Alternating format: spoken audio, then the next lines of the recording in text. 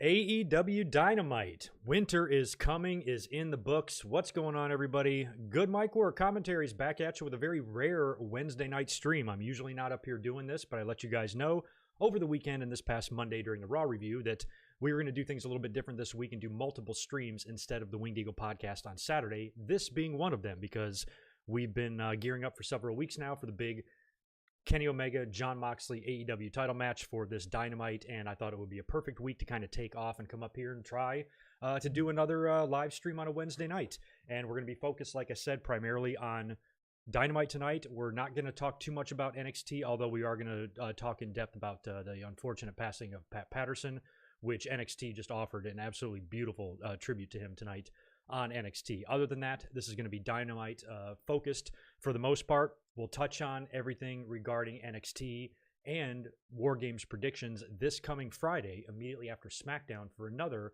live stream here on the channel. So keep a lookout for that. It's going to be a busy week, and as luck would have it, it does appear, after all, that I will be up here Sunday night for a War Games review as well. Up until the other day, I wasn't sure. It was kind of up in the air what I was going to be doing on Sunday, but it turns out I can be here. So lots of streams. We got tonight, Friday, and Sunday. It's going to be a jam-packed week.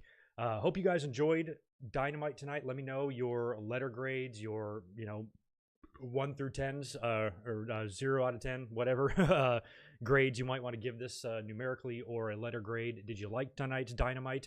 I have got plenty of opinions on it. I thought this was a very, very good show, but maybe not one of my top Dynamites ever, but still, it's a title change on their big show, and it's the first one to come on Dynamite like this, where, throughout the years of Monday Night Raw, we've had dozens and dozens of world title changes and stuff. So this is a pretty big deal. We got a brand new AEW Dynamite champion with a little Impact Wrestling twist at the end. Very cool stuff. We're going to get into all of that. And all in all, I think it was an eventful Dynamite show, and they set up a lot of stuff for next week as well. They have a whole slew of matches scheduled, including the finals of the Dynamite Diamond Battle Royal, which we're also going to get next week. So lots to get in here tonight in terms of the show. It was really cool in the main event how they did give these guys about 40 minutes, even with commercials and everything, but about 20 past the hour they started the main event. So you knew Moxley and Omega were going to have plenty of time to tell a great story here. There was a story that was told, even though the match, I think, might have been a little flatter than some wanted. I still thought it was a good match, and I liked everything that they did. And I think it came off well, and I'm kind of glad that Moxley's run is done. Omega, I didn't expect him to win the title yet. I thought it was going to be a little while for them to build, but for them to set this match up on a Wednesday night and have it do a title switch here instead of saving it for a pay-per-view or something, some people are going to be for that idea, some people are going to be against it, some people are going to like it, and some people are going to prefer that a moment like that for Omega comes somewhere like a pay-per-view. But for me, I'm kind of indifferent about it. I say, why the hell not? Run up a huge Wednesday night show and let the fans know that you can even see title changes on Wednesday nights if you're patient enough. So it'll be really interesting to see how the ratings turn out tomorrow. I'm assuming here that AEW should win this thing pretty soundly. I would say I'm going to predict they're going to win by 200,000 viewers, I think, tomorrow at least, just because they had such a big match planned for this show. So anyway, that's kind of what's on tap here. I want to cruise over to the chat and just say hi to everybody. We're getting some 9 out of 10, 7 out of 10s, 8.5, 8 out of 10s. That's pretty good. That's pretty good. You guys are rating the show pretty high. And we had a very, very, very big debut / return to AEW. A debut in AEW, but a return to TNT for the first time in 20 years and 9 months.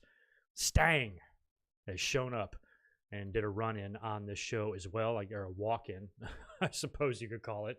But just the visual of that, him coming out, was very cool.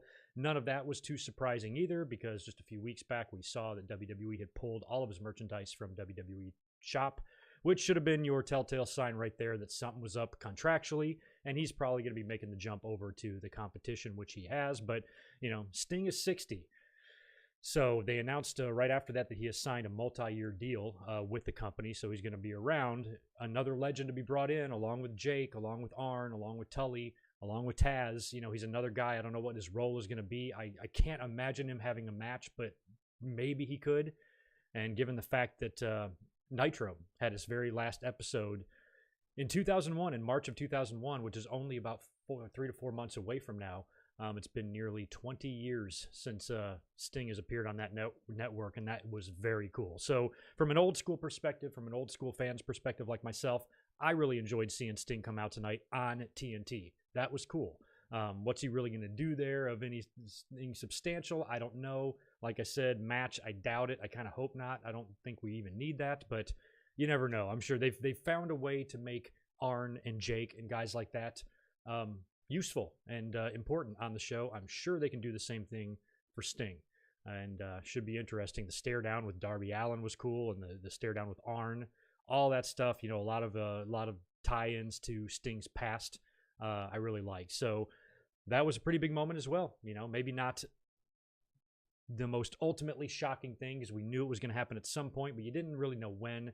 And the fact that he came out there tonight to save the Rhodes family was pretty damn cool, if you ask me. So we'll be getting into all that here. I just wanted to kind of shoot the shit with you guys for a little bit before we start getting into the match-by-match results, knock out a couple of super chats. Then I'm going to talk about Pat Patterson, and then we'll get into the Dynamite results in full. Nathan Hansen, what's up, dude? Appreciate the $3. It's your 22nd birthday. Love spending it with you. Happy birthday, Nathan. 22. I would trade places with you. I've been 22 twice. Enjoy it, my friend. Glad you're here with us, and happy birthday to you. Sting still doing this and that, pretty much. Chris Miner, thanks, dude, for the $5. Definitely going to tune into Impact. First time since TNA was doing the dumb Aces and Eights faction storyline. Yeah, now there's a real reason to turn into to Impact, because they did that little tease at the end, and Don Callis said that he and Omega are going to be appearing on Impact this Tuesday. So to, I guess, explain their actions, because they kind of pulled off a little screw job here, even pulling an Earl Hebner and darting their asses out of the building before and into a waiting running car way before Moxley even came to and realized what the hell was going on. So I like the fact that they were calling it a screw job on commentary, and then Callis and Omega darted their asses out of the building, just like Earl Hebner did that night back in 1997. But, you know, still pretty cool. I guess I like the way they played it off, because now there's plenty of time now to do another rematch and this gentleman's agreement and the one-on-one straight-up match that Kenny Omega was really pushing for, you know, and then he kind of resulted to some dirty tactics at the end there to win. I thought told a nice story. So, you know, maybe the match in the ring wasn't necessarily Eddie Guerrero and Kurt Angle, but it did well enough in my mind, and we have our now third ever AEW champion crowned. Pretty cool. Hell of a run, by the way. Just right now, just congrats to Jon Moxley. He did a great job carrying that title. You got to remember, he won it literally weeks before the pandemic had really settled in. We already knew it was coming. That was their last pay-per-view. And then by then, he basically had to have his entire title run during the COVID era. And despite the COVID era, I think Jon Moxley did an excellent job carrying the title for that company.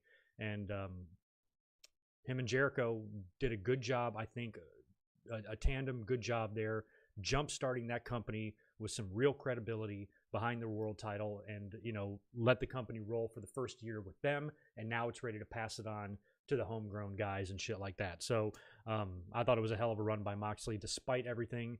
I think Moxley's run was honestly probably more impressive than McIntyre's. You know, I mean, Drew had the big win at WrestleMania, you know, knocking off Brock like that.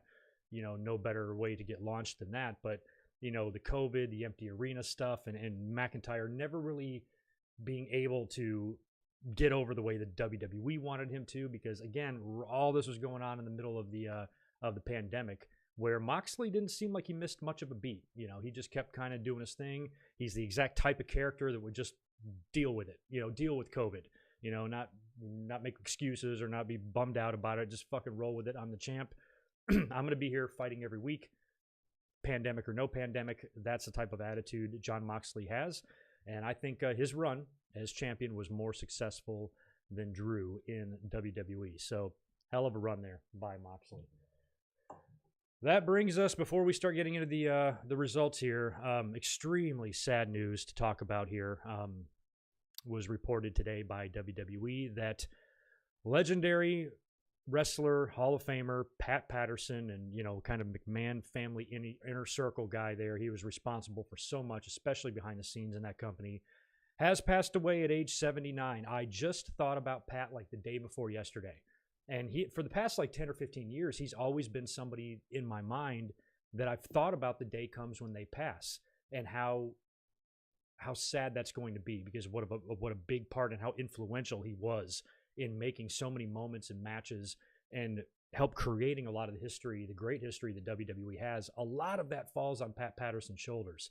And I knew that he was going to be one of the tougher ones to deal with because of how close he was with everybody like Vince and, and Bruce Pritchard and everybody else, behind the scenes that dealt and worked with Pat, including all of the wrestlers, all of the outpouring of love today that was shown to him on social media from every wrestler that he ever came into contact with, any wrestler that he ever helped. And I think he was probably at his best in the 90s in terms of, putting together matches like main event WrestleMania type of matches.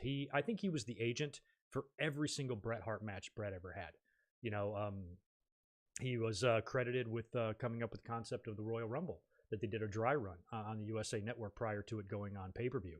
That was all Pat's creation. A lot of times he would be helping lay out Royal Rumbles, every single year, laying out the finishes and, and how you're actually going to piece this whole thing together. And of course, he was the agent for many matches, WrestleMania main events. He probably, like I said, he probably agented every single Bret Hart match ever once Bret became on top, because by then he's the main event. Pat would generally do the main events. He was very instrumental in working with Shawn Michaels as well, and Stone Cold Steve Austin and The Rock and a lot of those guys in the 90s, all the way up until the Attitude Era and prior to that. He is an unsung hero. He's a true MVP in that company. Without Pat and without his knowledge and his guidance and stuff, who knows if some of these WrestleMania main events and matches would have been as good as they were, like the Iron Man match and shit like that. So Pat deserves a lot of credit. WrestleMania 6, Hulk Hogan and the Ultimate Warrior. I believe Pat helped put that together, and only Pat Patterson could take two guys like that and make their match good, So he's going to be sorely missed. It's a shame that he passed away. I mean, I knew it was coming. I knew he was up there in age, but I think this was kind of sudden. I don't know what happened. I wasn't aware that Pat was sick or anything like that. He was, even backstage in WWE as recently as a couple of months ago, I believe, taking pictures and things like that. So he's been around. But today his death it's just such a nice, tribute to what a shitty year 2020 is.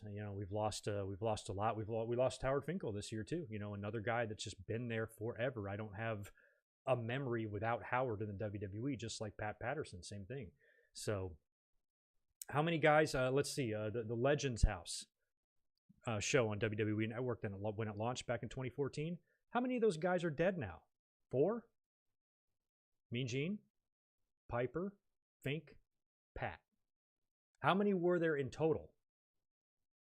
Who's missing? Hacksaw, Hillbilly, Atlas, Jimmy Hart.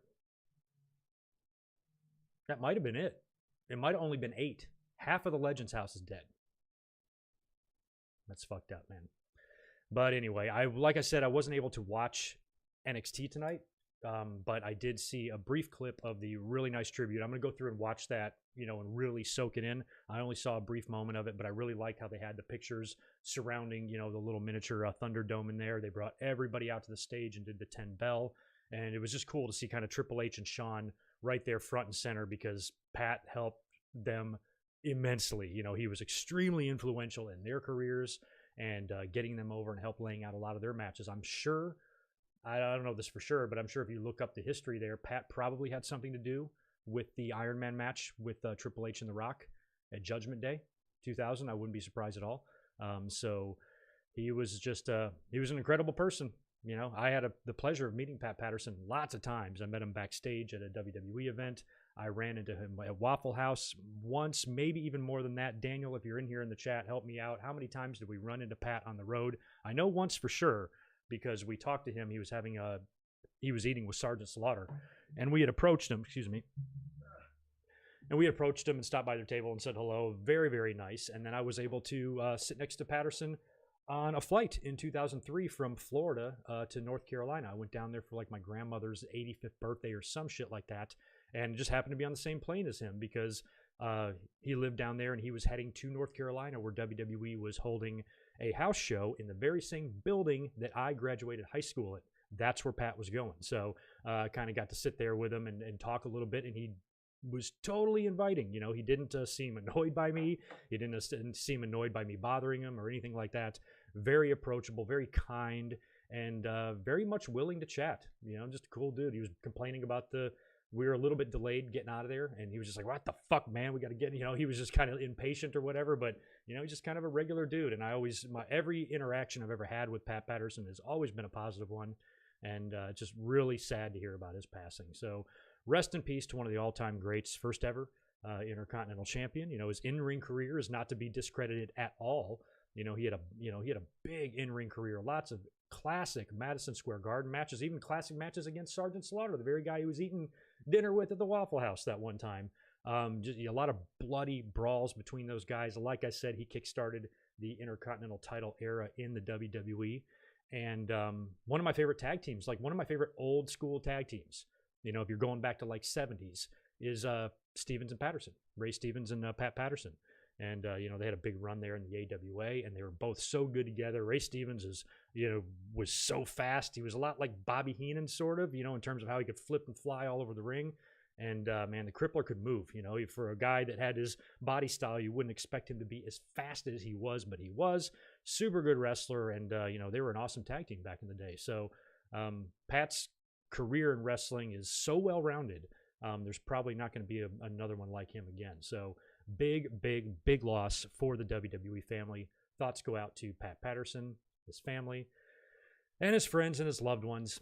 Sad stuff. Rest in peace, Pat. But anyway, let's get into the results now. Ooh, after I knock out a couple more super chats. Sorry about that. First of all, let's talk to Batista's 9-inch you-know-what. Thanks for the $2. Mil Mascaras should have a match with Sting. Now, no yob. I think Sting's going to have to lose. ASAP Crumb, appreciate the $2 as well. Hey, good Micwork family, listen to Young South Wavy on all DSP. I don't know what that means in English, but thank you for the super chat there, brother. Deshaun, thanks for $5 as well. Tony Schiavone shouting out, it's Sting. Greg, are we in the 90s? Who cares? Injected straight into my veins. Yeah, that's true. Hearing Schiavone say that, it's Sting. It was funny too when the lights went out, because every time AEW, it's one of their, you know, one of my biggest criticisms of them is that every time they do one of these lights out moments, it's like a huge letdown. And I even thought about the match, like after the match was over and the beatdown continued, I thought in my head, I'm like, are the lights going to go down? Because every time Cody's in the ring, the lights seem to go off. I don't know why. So I thought maybe this could be Shaq or something, a good place to bring him in. I thought maybe Jade Cargill would come out there and bring out Shaq or something like that is what I thought was going to happen. But when the lights came back on, or we saw the Tron, and I know it's the Winter is Coming show, but I see the winter and the snow and everything, and I'm like, don't tell me. Don't tell me it's Glacier.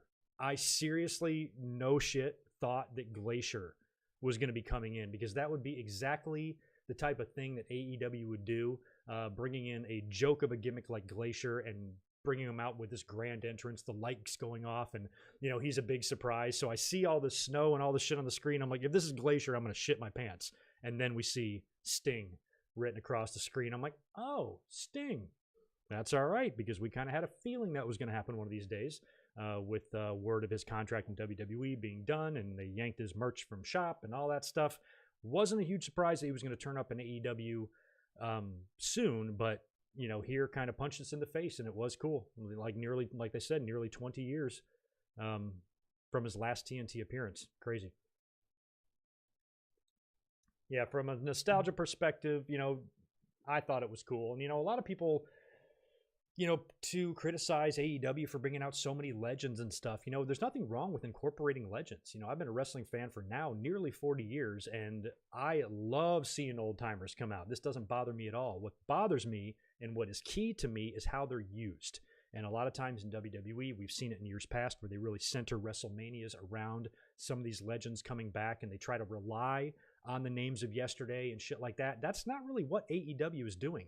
Look at everybody who is there. They're there in a getting someone else over role, like Jake with Archer, like Tully with his guys, like Taz with his guys. And now you're going to bring in Sting. He's clearly not managing anybody or anything, at least not yet, but he's going to have a role on TV if he's signed a multi-year deal. So whatever they do with Sting, hopefully it's a way for him to elevate the next generation in AEW coming in. Because if you're 60 years old, that's really the best thing you can do with a talent like that is apply it, to keeping wrestling going. So I think AEW's done a pretty good job of that. I don't think that they have relied on the legends to the same degree that WWE does from time to time, especially the way they can, bring them back for matches and stuff like that with the Goldbergs and the Undertakers and the DXs and all that shit. They're using them in a better way here. And honestly, back in the 80s, it was the same thing.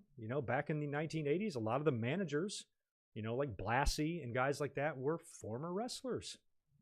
That's what they did, so this is not really a stark contrast here. I don't think you should be like rolling your eyes at AEW. Oh, they're bringing in so many legends. There's nothing wrong with that. If you're putting these legends in main event matches and building your entire show around them, that's one thing, but they're not doing that. I think the legends all of them that are involved in AEW right now have really good roles. And I don't think they're stepping on anybody. I don't think they're taking away from any talent. I certainly don't think AEW is relying on them at all. So I got really no issue with these people coming in, provided, they're there to put people over like they should. So that's my thoughts on Stang. And WWE Fan 22, appreciate the $9.99. Thanks for taking care of my network this month. You're the man. Good mic work. You're always killing the game. Do you think Impact talent and AEW talent crossing over now? I think so. Also, do you see Sting aligning with Darby, possibly showing up in the rafters together like in WCW? Maybe. And I'm going to talk a lot about Sting and Darby here in a minute when we get to that, because I'm in the minority. I don't see the similarities between Sting and Darby Allin. A lot of people have said, oh, Darby's like a young Sting. Not to me. I mean, aside from the black and white on the face, what else about them are similar? They don't speak much, but Sting wasn't jumping off of bridges. Sting wasn't skateboarding down to the ring. If anything, Darby reminds me of Jeff Hardy, not Sting. So I kind of think the comparisons to Sting are a little bit off. I don't think they're nearly as similar as people think. Different wrestling styles, different looks, and plus if Darby wants to compare himself to Sting, he should start off as Surfer Sting or something like that. Sting had a long career before he ever donned the crow face paint and all of that. So we'll talk about that. Not that they're completely separate or whatever. I did think the stare down between the two of them was cool.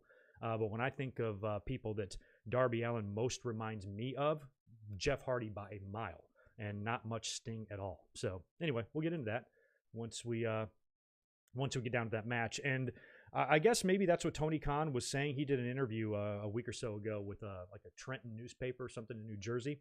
And he alluded to the fact that he's got like some aces up his sleeve and he's got some tricks, that he's going to play, and the wrestling landscape could change and shit like that. And when I read that, that's what triggered my mind into the whole New Japan stuff. And I was really hoping that tonight we would see some sort of an incorporation with some New Japan talent. Tony Khan said in a conference call just the other day that Moxley will not be wrestling at Wrestle Kingdom, which is just weird. To me, he should. He's got to drop that belt at some point. He's no longer AEW champion right now, so might as well go do it.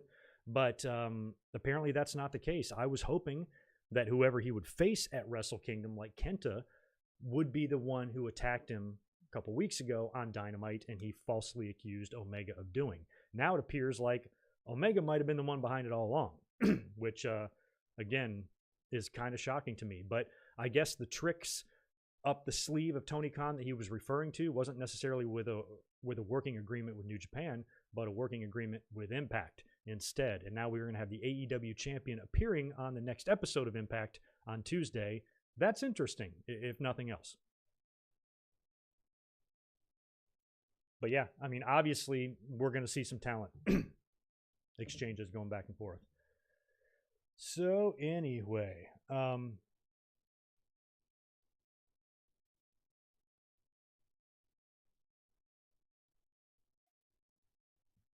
That's true. I didn't think about the Sting footage. When you read this, Lord Stark says it allows AEW to use 15 years of Sting footage. I'm like, what are they talking about? They can't use any WWE stuff, but he had all that time in TNA.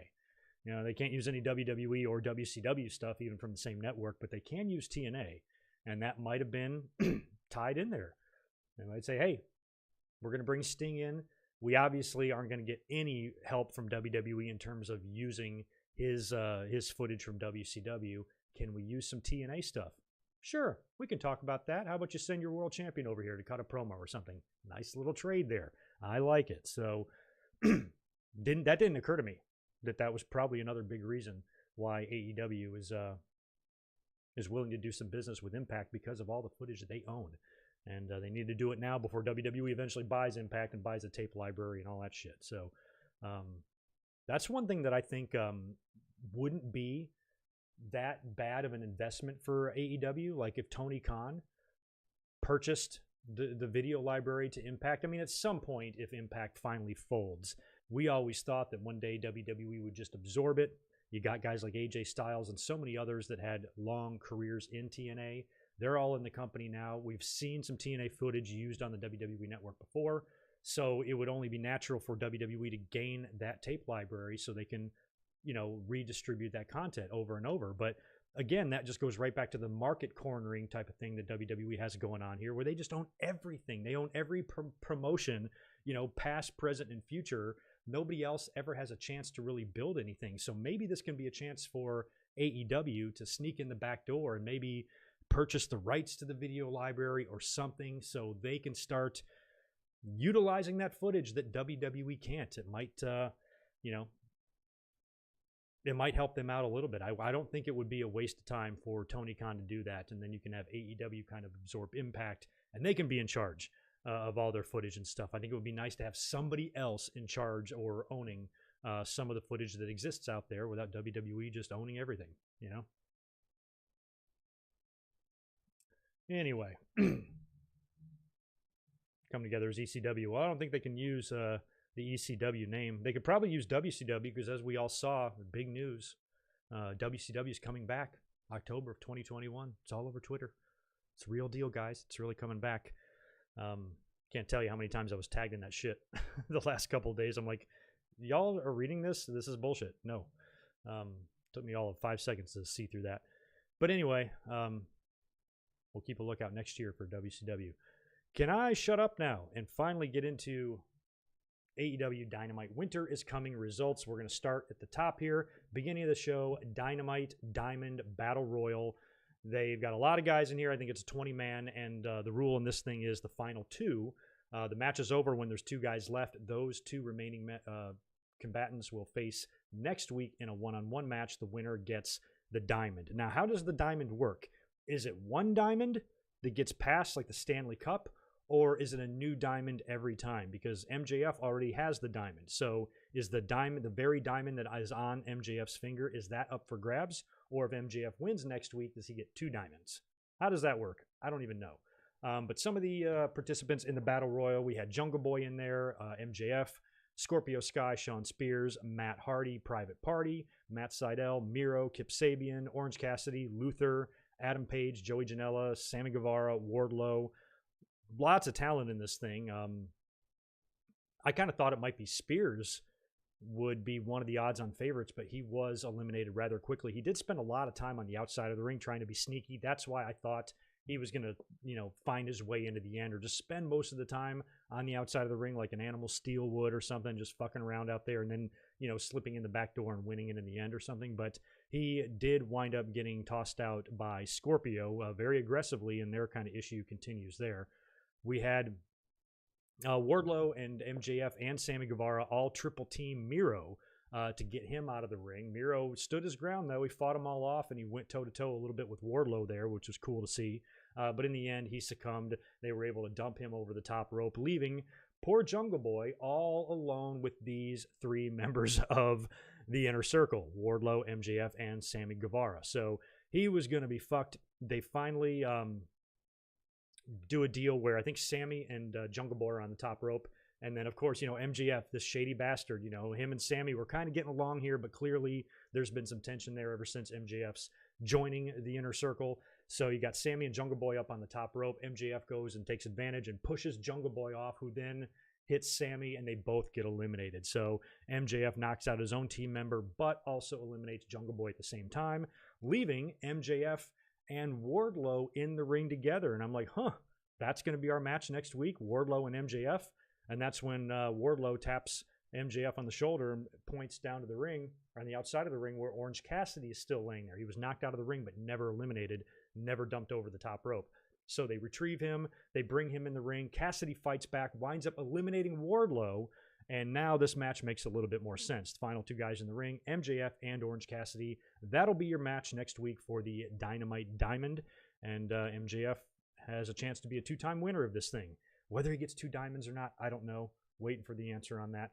And there you go. I mean, in terms of who won that, I don't know. With everything going on with MJF, I might have just had some other guys win. Like I said, I think Shawn Spears would have been a guy, or Miro. I would have had one of these guys be one of the last 2 in there. Maybe have like Miro. Maybe have Miro and Kip. Be the last 2. That way next week they can have Miro kill him, and that little miniature alliance there is done with. Would have been cool to see Adam Page, in the finals as well. But they went with MJF and Orange Cassidy, so that match should be interesting, and we'll see who wins next week. Wins the Diamond. First one-on-one match of the night was the advertised battle between Chris Jericho and Kazarian. This was kind of set up last week. It was an okay match here. Kazarian is so good. He is still good. I mean, of all the years he's been wrestling now, he's just sharp and crisp. Always like watching him work. He's a lot of fun. The Inner Circle was out there backing up Jericho. They're not really on the same page. MJF came out there with a towel. Sammy Guevara, like they were going to throw in the towel, but they kind of they stopped themselves. There seems to be a little bit of dissension in Inner Circle's ranks there. Sammy Guevara very, very mad. In the end, Jericho, I believe he's able to catch a Judas effect or something like that onto Kaz after all of the confusion there with the towel stuff or whatever, gets the win. You get a lot of pushing and shoving between Guevara and MJF and the rest of the members of Inner Circle. Jericho then gets on the mic. He is pissed off, tells everybody to stop the bullshit, because we always got to get our token 2 or 3 shit bombs dropped on TNT every week. And Jericho goes on to announce that next week he's going to have an Inner Circle ultimatum. So basically he's saying next week we're all going to get in the ring. It's going to be one ultimatum. We are either going to learn and agree to work together. All of us, every single person here is going to be one on the same page, and we're all going to be fighting for the same goals. Or if you don't agree to do that, I am breaking up the Inner Circle for good. So we'll see next week with this ultimatum. I think it would be strange if they broke the Inner Circle up already, because I've been calling for an ousting of Chris Jericho and him being replaced by MJF. I can't see them going through that whole charade, the Le Dinner Debonair and all that crap to get MJF to join the Inner Circle, only to disband it 2 weeks later. Seems a little weird. So I think that next week that could be finally what I've been calling for, and that is Inner Circle turning on Chris Jericho. If it doesn't happen next week, maybe it never will happen. I can't see how that's going to go any other way. Maybe with Jericho getting a little bit annoyed in the ring. And I say either he decides to disband the Inner Circle and then they all attack him, or they all agree to work together and then they do a big group hug and then they attack Jericho after that. And I still think a Jericho babyface turn is on the horizon for him. There's not much left for him to do, at least right now, as a heel. And I think that would be a nice fresh start, for the Inner Circle, and give MJF something, some quality stuff to do on TV. And all that. And then Jericho can come back later down the road as a baby face. We will see. We had a Young Bucks interview after that backstage. I think it was with Marvez. The Acclaim, I don't even know who these guys really are. I've only seen them a couple of times. They show up there and they start rapping, do kind of a rap battle, or not a rap battle, but they start rapping to the Young Bucks, making fun of their book that was released or something like that. And then the Bucks are then attacked by Hybrid 2, who they have a match with next week on Dynamite, and got their asses kicked there. So that's all that really happened there with the Bucks. Next up, we had Britt Baker taking on Layla Hirsch, which they had listed at 4'11". which seems quite tall. I would put this girl more like 4'8". I mean, she is really small. I've seen her one time before, but I guess because Britt Baker's a little taller, so I guess I just didn't notice how drastic the size differential there was. But Britt Baker looked like a giant taking on this girl, but she's a tough little thing too, and put up a good fight. Kind of an MMA background and just really, really strong. And she had Baker on the mat a few times and had her in a cross arm breaker more than once that Baker had to squirm out of and just barely escape. And she had a lot of help from Rebel on the outside of the ring as well. In the end, after a couple of lockjaw attempts, she's able to lock it in on Layla Hirsch and get her to submit. And literally immediately after the bell, like the referee calls for the bell, and within 1 second, Thunder Rosa is in the ring attacking Britt Baker. So she must have just been hanging out on the outside of the ring there. I didn't see her. Jumped right in the ring right at the end of the match and attacked Britt Baker. Referees come out, kind of a pull apart thing. They get at each other a couple of times. And I like that they're building this issue between them, because this is twice in a row, that these ladies have tried to kill each other on Dynamite. So that's good that AEW is doing that. You need to have other feuds that matter besides the title and stuff. You have to have some, A and B storylines here. So the fact that Thunder Rosa, Britt Baker, two of your best in the company, you can now enter in a program where the title is not on the line, I think is pretty awesome. So I'm looking forward to the eventual Baker and Thunder Rosa match, which is probably not far off. The big tag match, here it is. This is all going to be centered around Sting's debut, of course, but we had the advertised match now for a couple of weeks. Cody Rhodes and Darby Allin teaming up to take on Powerhouse Hobbs and Ricky Starks. Of course, last week, Taz choked out Cody when he was bitching about the FTW title and all that. So we have the match now. Cody and Darby have this mutual respect for each other, and they've been teaming well. They did a couple times they've teamed together. They've had pretty good outings here, and they worked well together as a team here.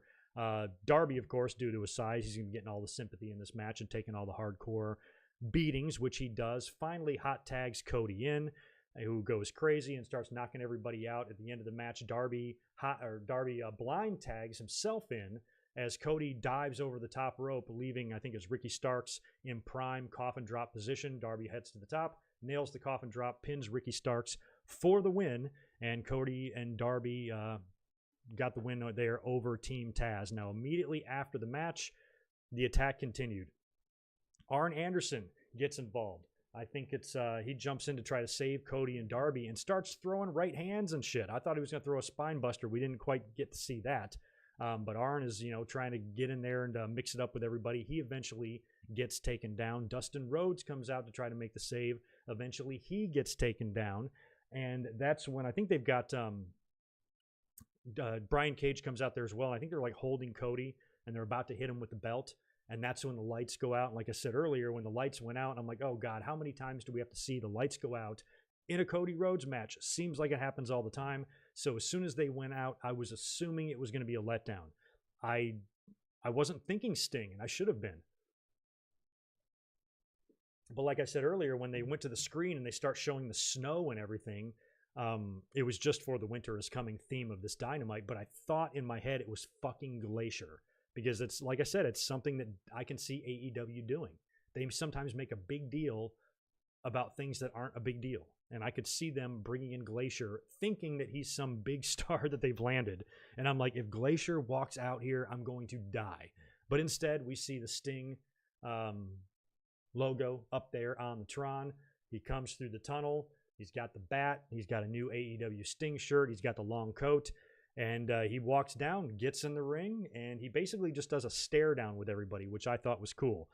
Very cool stare down with Arn Anderson. Lots of history there. Very cool stare down with Dustin Rhodes. Pretty fair amount of history there as well. And then looks over at Cody and has a really cool kind of stare down with Darby Allin. And I think that's what a lot of fans like. They like to see those guys coming together because of the similarities between them.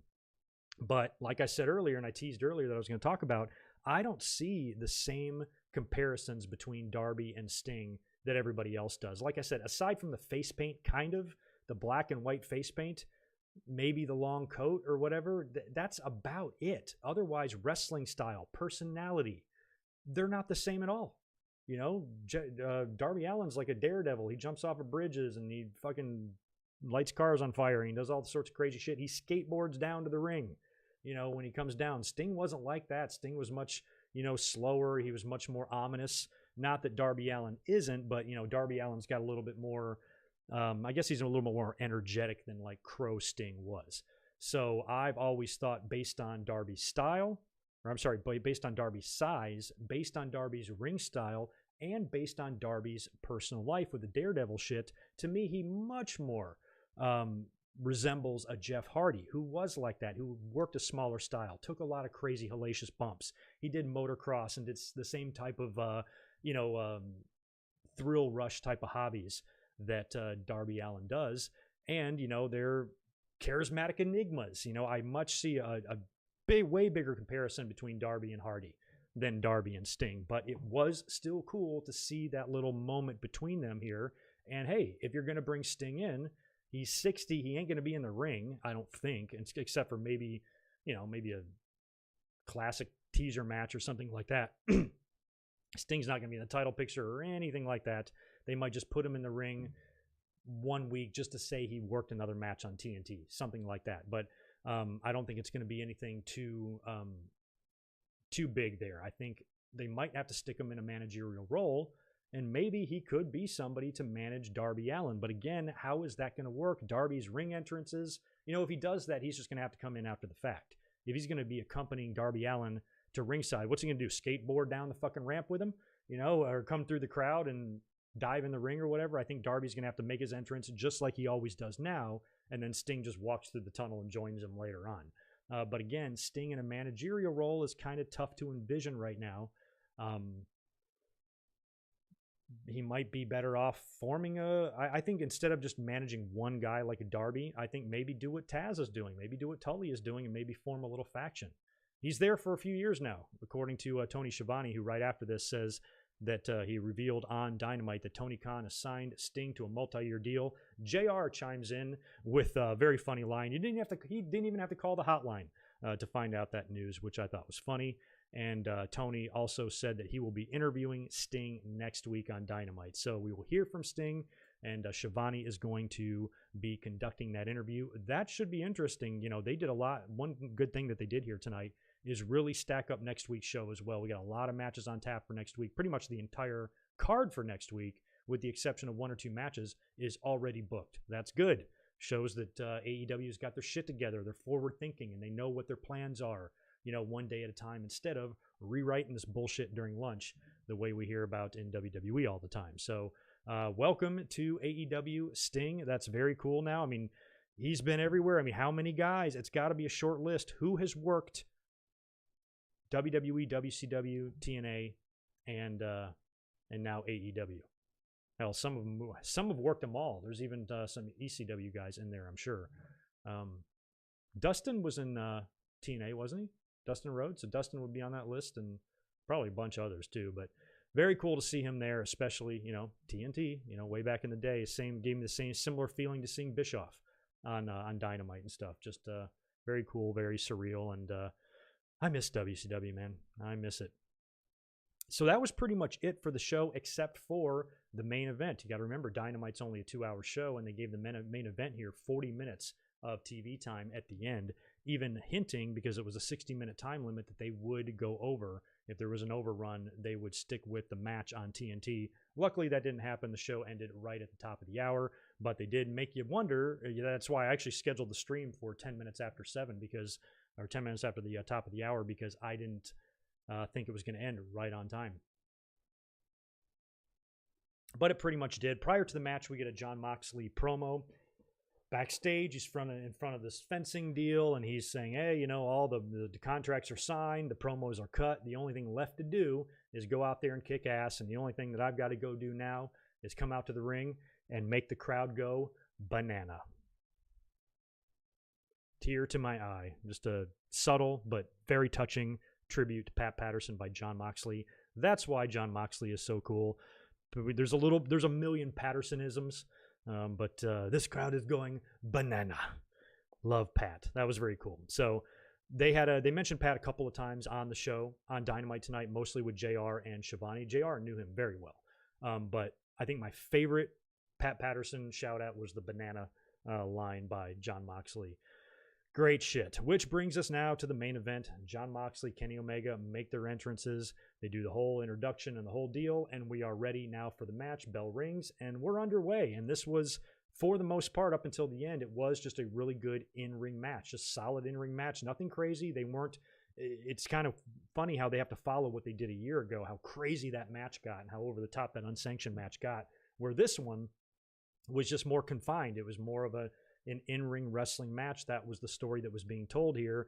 And, you know, they paced themselves. It wasn't, you know, super high intensity, super high paced or anything like that. They were taking their time, but they were really doing a good job, I think, of telling the story, moves, counter moves, shit like that. Everything was taking place in the ring, like I said, until near the end. Kenny Omega takes a nasty bump on the outside. I think he hits his head on the guardrail or something like that, and he's kind of out, or at least he's playing possum, one or the other. Referee checks on him. They bring doctors in. There's a whole slew of referees there. Moxley's trying to get at him, and they're pushing him away. So they're checking on Kenny, making it seem like there's going to be an injury angle here, and that's when I thought they might do something after we got the news from Tony Khan that Moxley would not be appearing at Wrestle Kingdom. I thought maybe they were going to do an angle here to push this to the pay-per-view or whatever. But luckily they didn't. In the end, Moxley finally has enough. He goes out there, pushes all the referees out of the way, grabs Omega, gets him in the ring, and says, hey, I'm going to beat him. You know, if he's out, I might as well throw him in the ring and pin him. And that's when, I guess, Don Callis, who was doing commentary, said he was there at the request of Kenny Omega. He was sitting in on commentary, which we've seen him on Dynamite before. And then he comes down to the ring, and he's mad because Moxley's thrown this lifeless body of Kenny Omega, and he's just pummeling him with punches in the ring. So Callis is out there, man, he's injured, man. He can't even defend himself, and Moxley's like whipping his ass. He gets all in the middle of this thing. He's up there on the apron. And then finally, when Moxley goes over there and nails Don Callis, he goes down. He had a microphone in his hand, and when Moxley pushes Callis down, microphone goes flying, lands in the ring. Kenny Omega then picks it up, and Don Callis is just struggling on the outside, really distracting the referee. He's got Mox's attention as well. Kenny has got the microphone. He stands up, and he just blasts Moxley right in the forehead, busts him wide open, and now he's bleeding. And then it was the Kenny show. After this, he starts really putting a hurting on Jon Moxley, hits two super gnarly V-triggers right on Moxley, with the second one specifically just almost like took his jaw off. It was crazy. Now, this was two V-triggers after two prior V-triggers earlier on in the match, so I think this was a total of four. This is the third and fourth one he hit here. And then after those two V-triggers, Moxley's kind of down, kneeling in the corner, and Kenny hits him with a running knee. Also looked ridiculously sick, and then picks him up. One-winged angel, boom. 1, 2, 3 for the win. Omega is your new AEW champion. He gets on the outside of the ring and immediately flees the scene with Don Callis as JR and Shivani are calling for the screw job, and it was fixed and all this. It was all a ploy, probably all the way down to Omega pretending to be knocked out on the outside of the ring, getting the referees out there to work on him, giving him a little bit of breather, allowing Callis to come down to ringside, distract the referee, toss the mic into him, uses it as a weapon, the whole deal, and then hits two V-triggers, a running knee, and a one-winged angel to finally put down Jon Moxley. In a pretty good moment. I'm glad that Kenny won. I told you guys I was rooting for him. You know, Moxley, like I said, I think had an awesome run. He's been, I liked his run far more than Jericho's as AEW champion, and I think he should be proud of this run, that he conducted the entire reign inside of this pandemic and did it well. Did it really well. With Moxley, you couldn't tell you were in a pandemic. He was pretty much just Moxley no matter what. If there's an audience full of, 10,000 people there, I think he'd be literally the same guy. So I just think he had a hell of a run. And if it's got to come to an end like this, that's a good full circle moment. Like I said, good story told. Plus, you're revisiting the big mega match that you had last year between these same two very guys. Now it's in the ring. Now it's for a title. Stakes are much higher. And Omega is your third ever AEW champion. Like I said, him and Don Callis pull an Earl Hebner.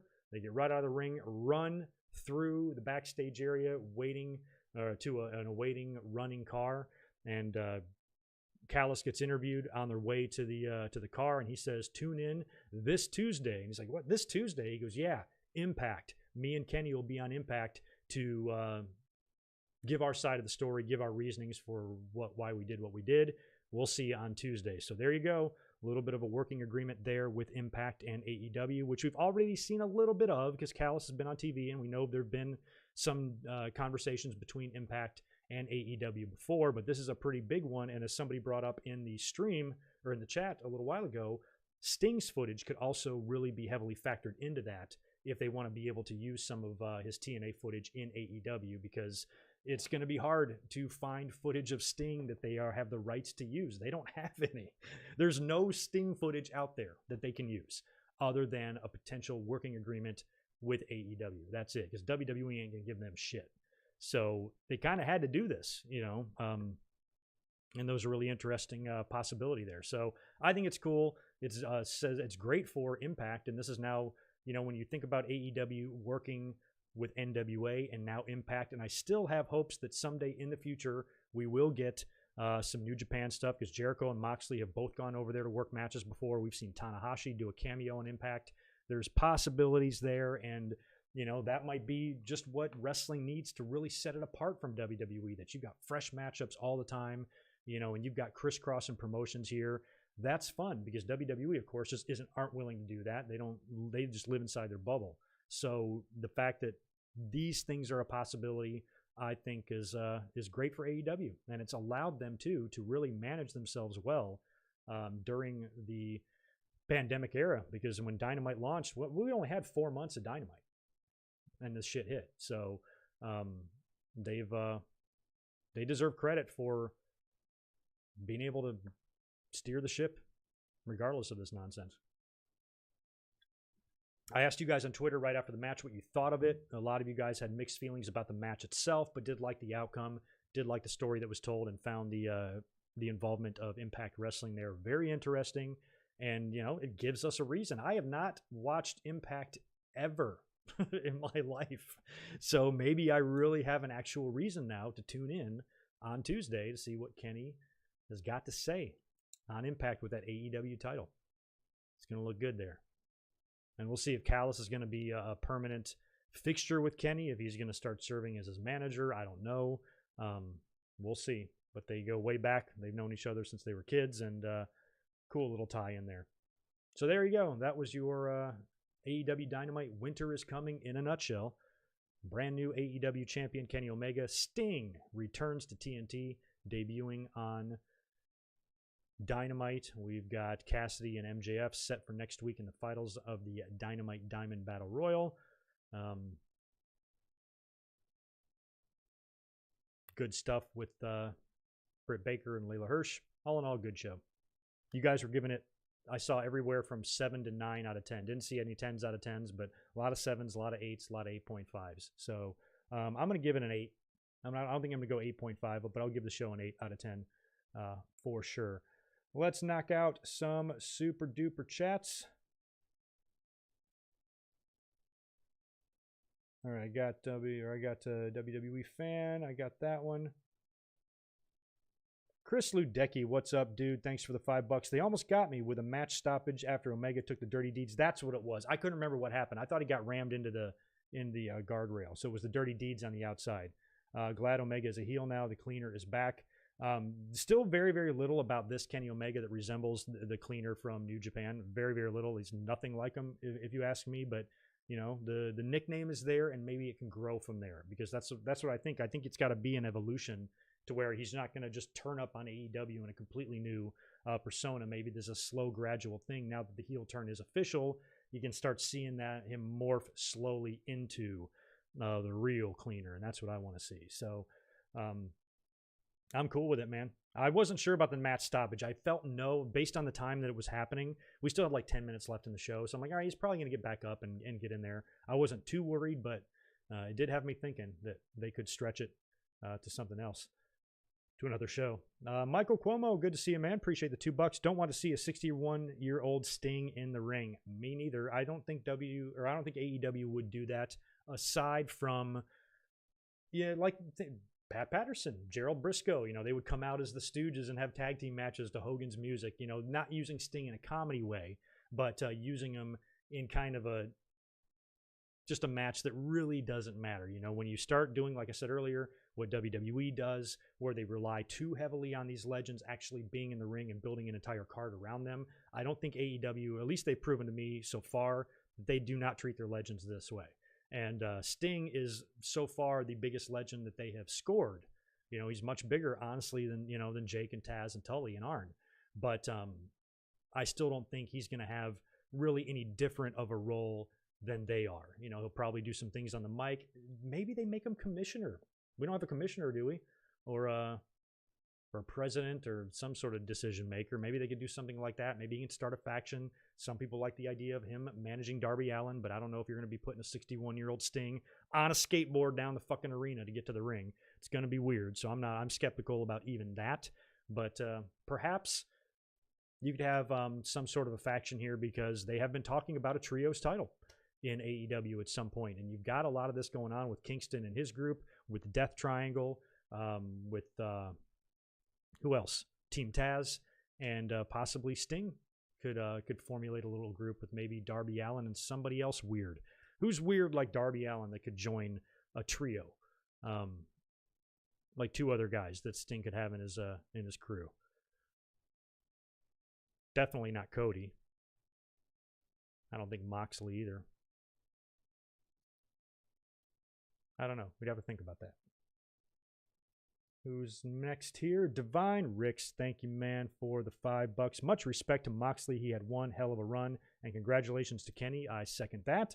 AEW getting more and more interesting. Yeah, they are. I think it's great. This is exactly probably what they need to do. These little working agreements here with NWA and Impact really tends to keep things fresh, to where it's not the same matches every week. Because what do we see on Raw and SmackDown?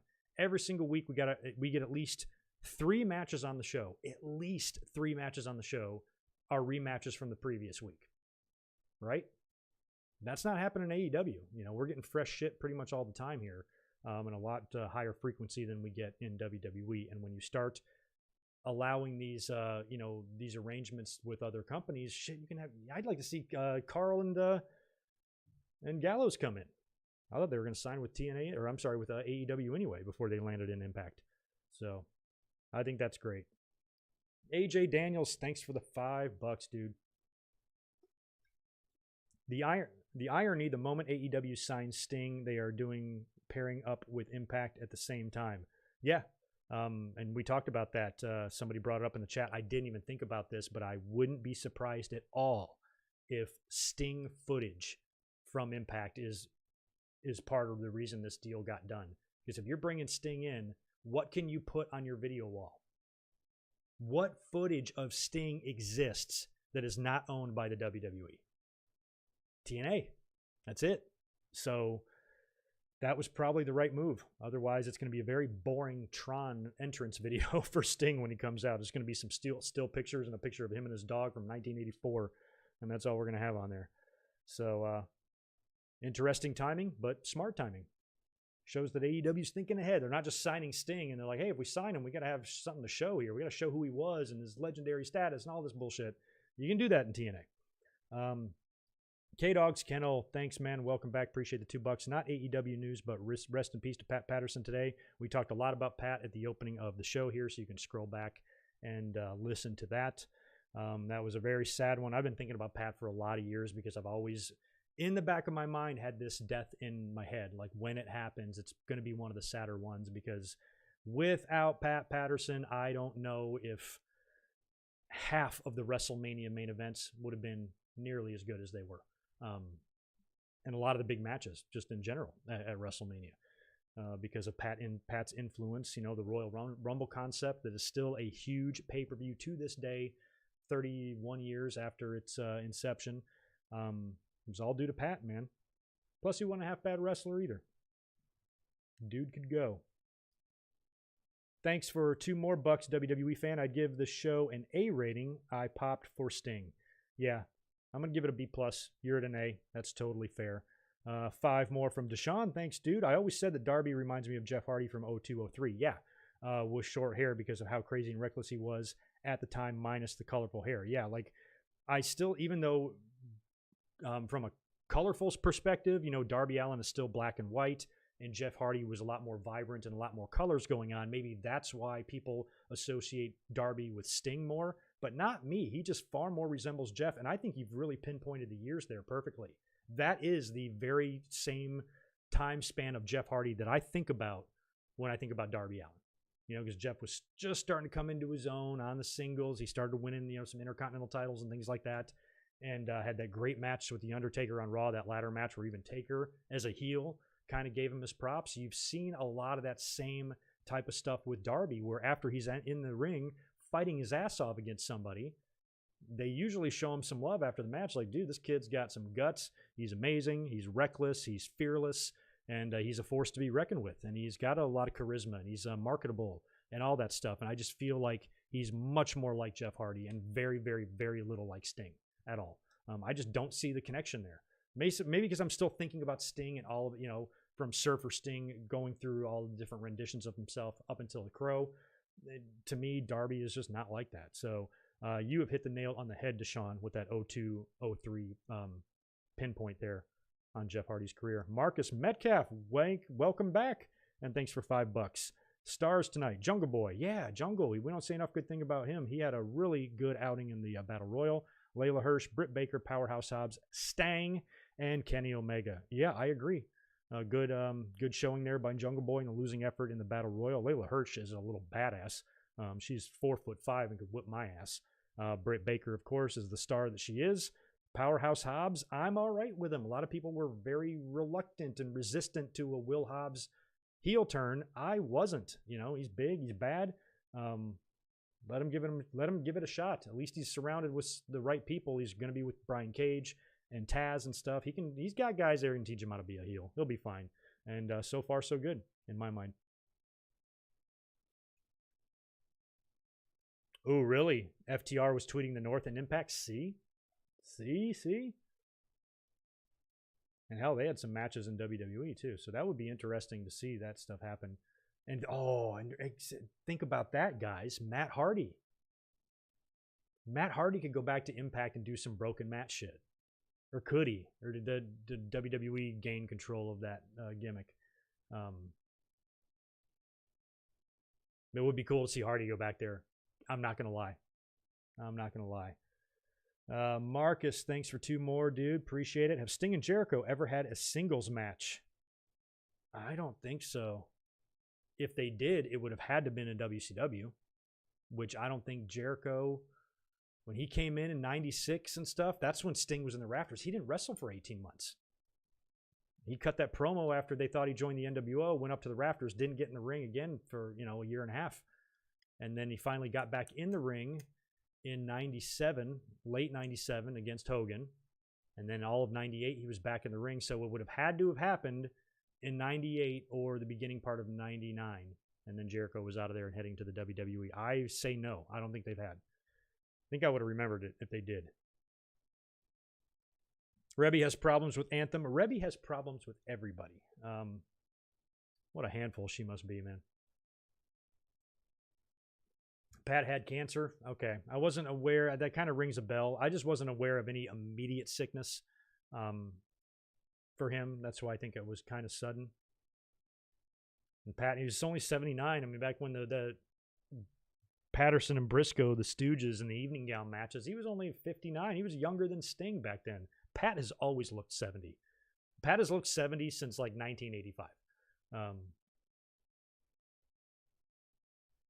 He was so awesome. Thanks for 2 more, Deshaun. Don't be surprised if Moxley shows up on Impact. That would be cool too, especially if Omega is there cutting a promo and he's attacked by Moxley on Impact. I'd be down with that because that's the thing. Based on the way the match went tonight, we're getting another one. We're getting a rematch there. And I think whatever happens here, Moxley needs to get his rematches, fall short, and move on. Give Kenny a run with this thing at least until midway through 2021 and just see how the cleaner can truly evolve and if he can return to form even close to anything we saw in New Japan for that great run he had there where he was arguably the best in the world. He doesn't feel like that Kenny right now, but I think he can maybe get there. I'm just glad he's champion. This is the guy that I thought would be the cornerstone. This is a huge signing for them. He was going to be their shining star there, and it took them a lot longer to get to the top than we thought. I guess it's good that Cody dropped that belt to Darby. Otherwise, we'd have Cody, the Bucks, and Omega all holding titles right now. That might rub fans the wrong way a little bit, but I think they did the right thing with Kenny and the Bucks. They didn't rush it. They didn't rush the belts on the Bucks. I think they could have even waited longer on the Bucks. I was hoping that FTR retained and beat the Bucks, and it would be a little bit longer road to the top for them. But it was still, a long time for them to hold off before putting the tag team belts on what AEW considers to be the best tag team in the world. Same thing with Omega. Came in as the best wrestler in the world, at least touted as that.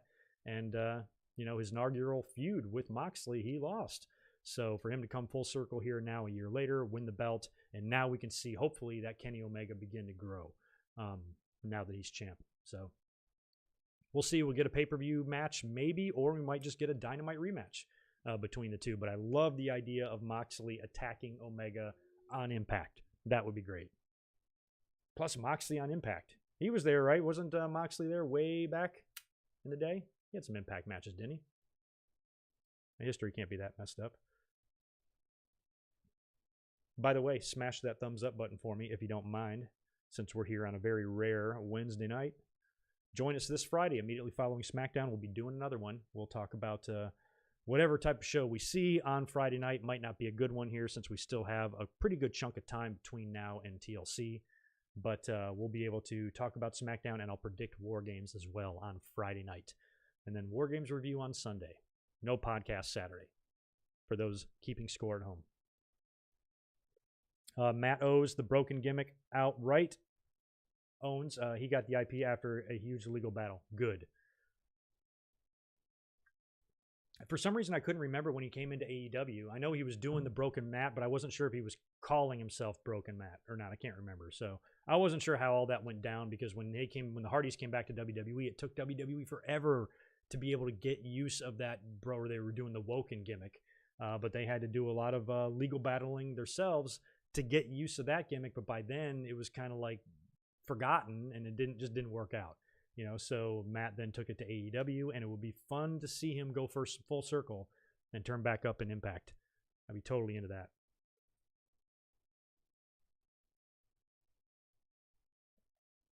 Oh, man.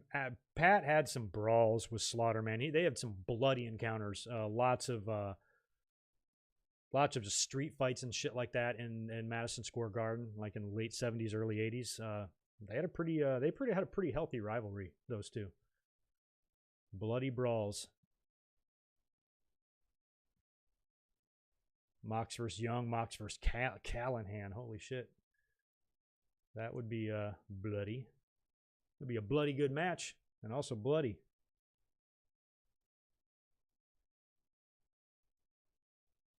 Damn, Michael.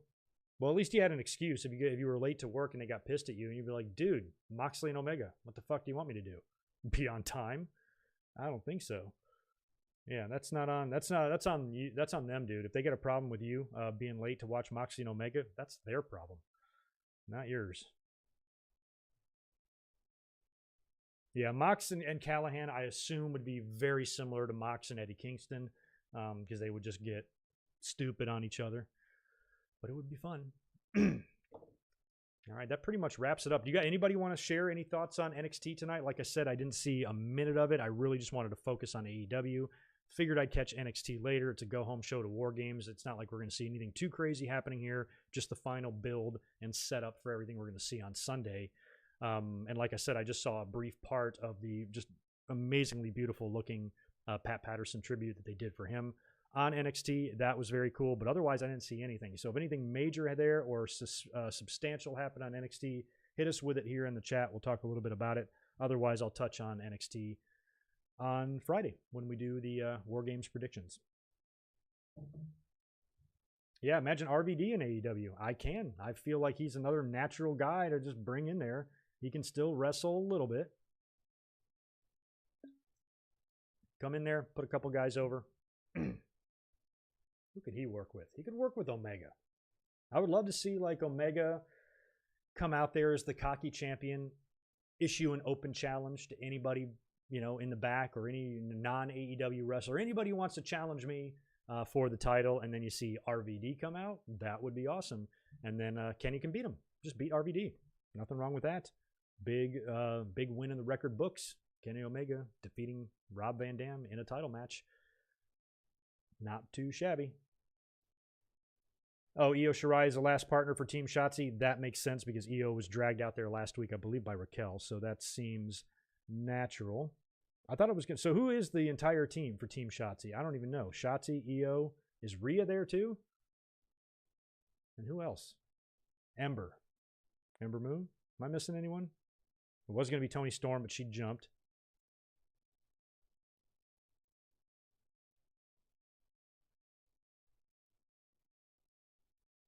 We had a ladder match?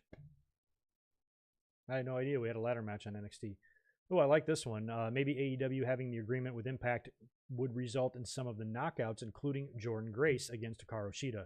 In terms of the knockouts, I think Jordan is probably the only one I would want to see in AEW. But again, you know, now that you're incorporating a couple of women from NWA, now Impact, that's only going to help a division that's already considered to be pretty weak, but getting better by most of the rest. We're only a year into Dynamite, and I think they have made some improvements, just maybe not.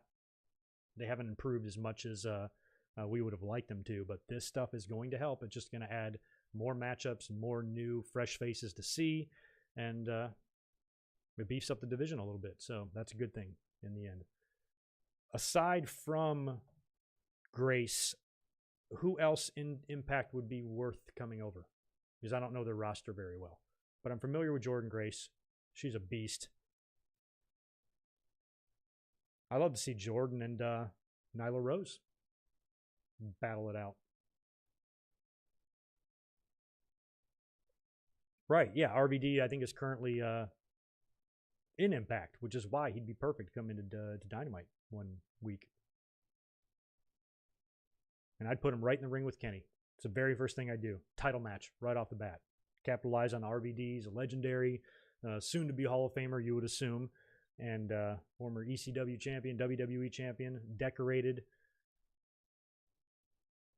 He'd be a great guy. I wouldn't even bring him in to do anything stupid like with Cody or anything. Put him in against the champ. And let Kenny beat him with a big trigger to the face, pin him 1, 2, 3 in the middle, clean.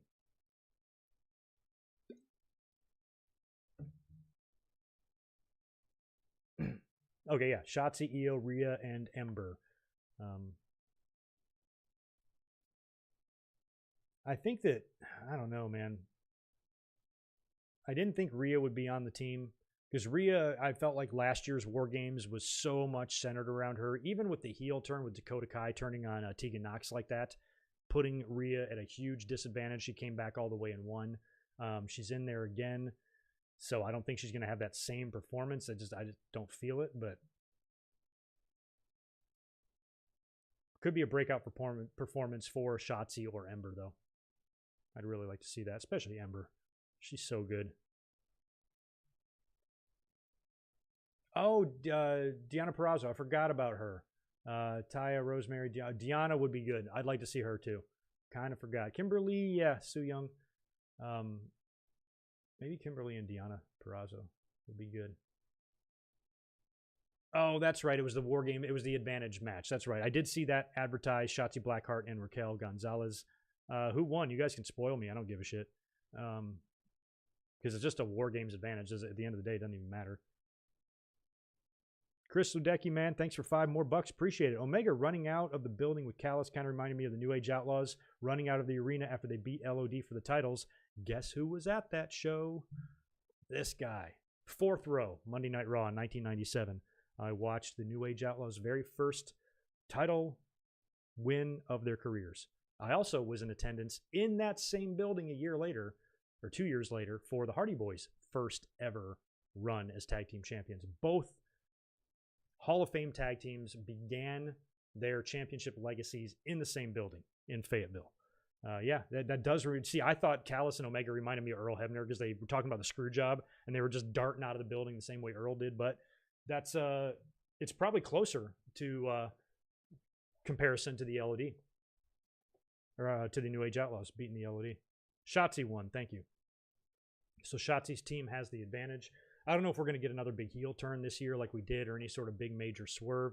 We already got that with Toni Storm, so I think this match could actually happen, if we're going to see any sort of a heel turn or anything crazy happen in War Games, I feel like it could be the men's match, because every single fiber of my being is telling me that Undisputed Era is going to beat the shit out of Pat's Pack at War Games. But is it really that simple? Is there going to be some sort of a little twist there, and maybe somebody in Undisputed Era pulls a Dakota Kai and Kai boshes? It could be done the same way, especially if they're still there in the cage.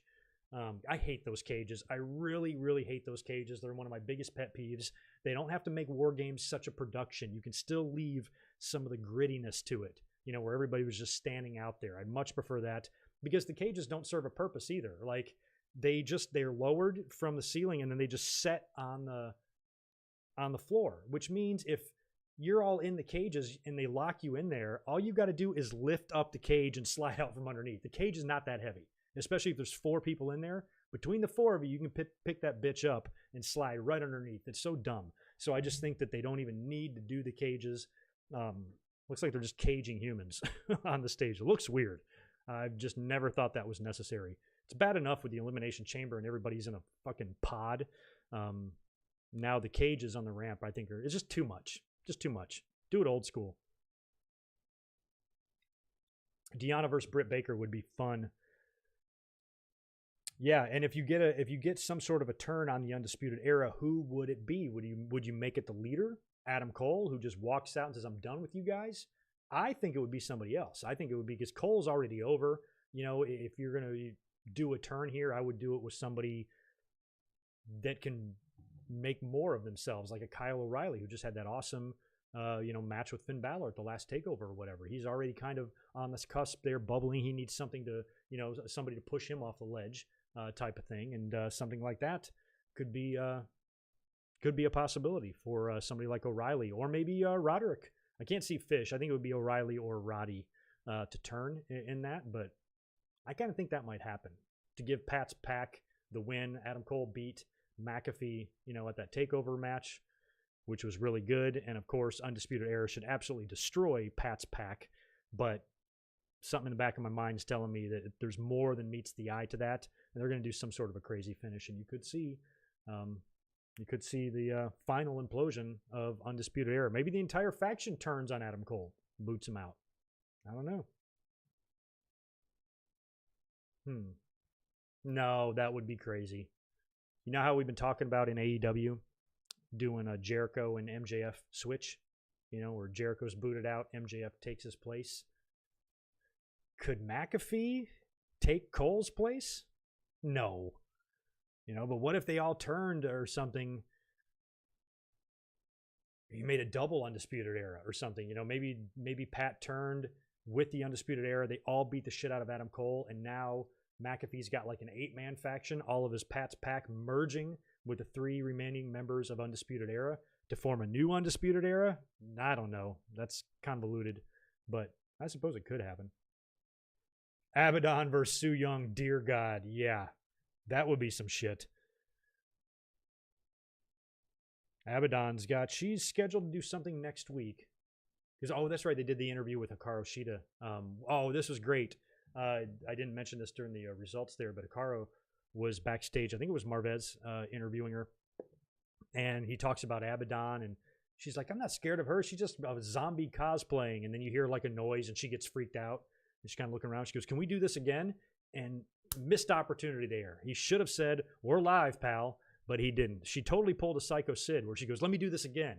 And he goes, "Well, this is live TV." He should have said, "We're live, pal." If Moxley can say banana, your dumbass should have said, "We're live, pal." Missed opportunity there, but still pretty funny. And Hikaru Shida definitely seems to be a little spooked by Abaddon dripping blood out of her mouth and licking the title and doing all sorts of weird shit. So I like the presentation. I'm not a big zombie person or horror movie person or whatever, but she is so over the top out there that you can't not be interested in it, Thank you for 5 more. Ramon Coffee. When you lived in North Carolina, did you ever go to Carowinds theme park? Yeah, I did. Where else did I go? I went to a water slide park a bunch of times in North Carolina as well, more north. Maybe that was in Virginia. I forgot. Yeah, the Carowinds I went to, I think, just one time. It was for a work outing or something like that. I was never a theme park guy. Never did Six Flags. I hate roller coasters. I fully admit to being absolutely scared shitless of roller coasters. I don't like them. I've tried them. Yeah, when I was a kid, I was terrified of them. But as I got older, I decided to go on one. Maybe I'll like it now. Nope. Even as an adult, decided to go on one. Never again. Keep me the fuck off of those things. They are terrifying. I don't like them. I don't like the rush. I don't need any of that stuff. So a lot of the theme parks and stuff, like the Six Flags and anything that was around my area, I never went on because I fucking hated roller coasters.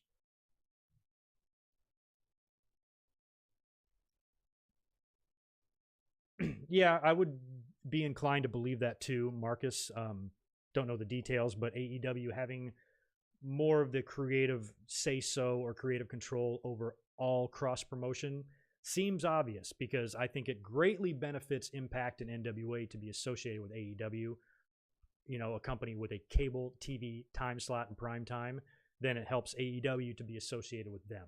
So, you know, the people that are in the driver's seat or the people that have the hand, as they would say on Seinfeld, they need to be, you know, probably calling the shots there. And it's still worth it. You know, AEW's, you know, they'll be reasonable. You know, I don't think they're going to do anything. They're not going to be like WWE where they just cock block everything the other promotion tries to do. They will work with them. That's what a working agreement is.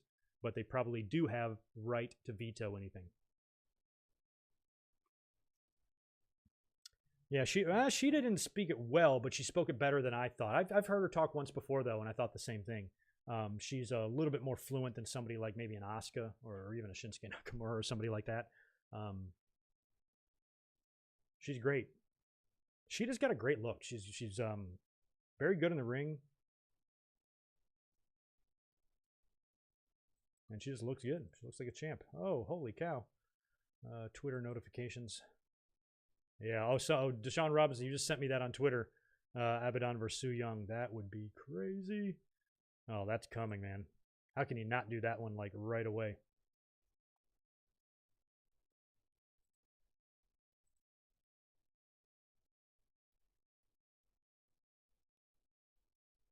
Colin Sturcio, I don't know if you're here in the chat. You're asking me on Twitter, will the AEW stream be made into a podcast? Yeah, I'll put the audio up as soon as I'm done here. We will do that.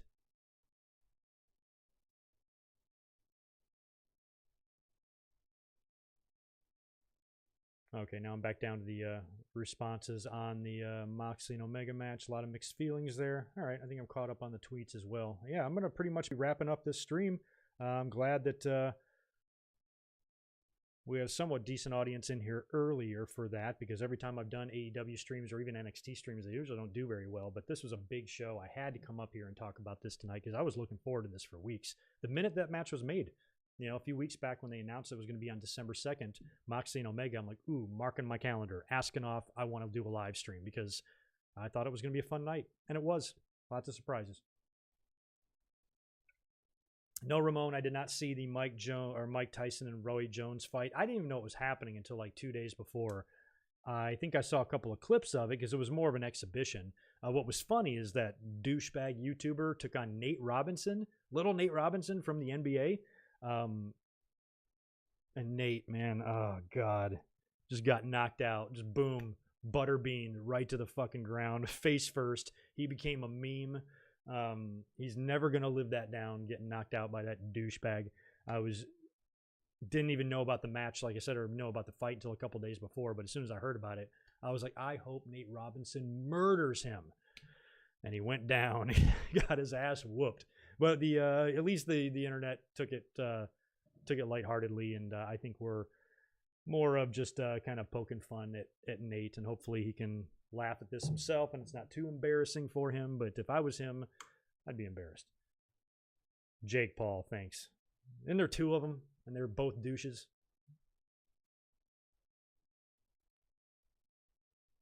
Oh, damn, Mab. Well, at least you got here at the end. Catching the end. Hope all is good. Greg, keep up the great work. Smash the like button on the way out, people. Yes, please listen to Mab. Yeah, sorry you're joining in so late here, but you might not have known that I was planning a stream tonight because not a lot of people did. Jake Paul to AEW. No, God. Can we put him in WWE and just put him in the ring with the Hurt Business? That would be fine.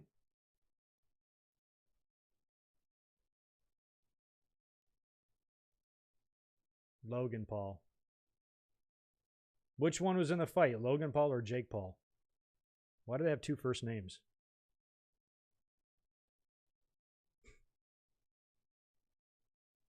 Which one is the dude that had the body in the woods or whatever? Isn't that one of those guys? There's like zero likability to people like that at all.